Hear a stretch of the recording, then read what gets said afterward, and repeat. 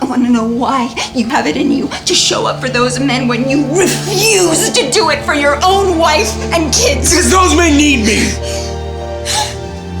I need you. My name is Sarah Drew, and I am playing the role of Heather Turner in the movie Indivisible. For me, the heart of the story is it's a story about what it means to fight hard for the vows that you make on that day that you stand before God and say, I will love you until the day we die. What really drew me to this story is that when I read this script, I'm getting chills thinking about it, but when I read this script, I saw my story playing out. I've now been married for 15 years. Several years into my marriage, before we had kids, my husband and I went through the darkest time in our lives together and got very close to parting ways.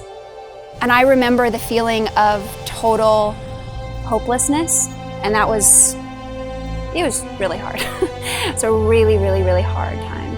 And we had a lot of wise people in our lives counsel us to fight for the promise that we made. But I remember my dad telling me, just because something feels hopeless doesn't mean that it is hopeless. And he encouraged me to get into counseling, and we did counseling for a few months, and I discovered so many things that were just weighing on my heart that I didn't know how to move through in that room with my husband.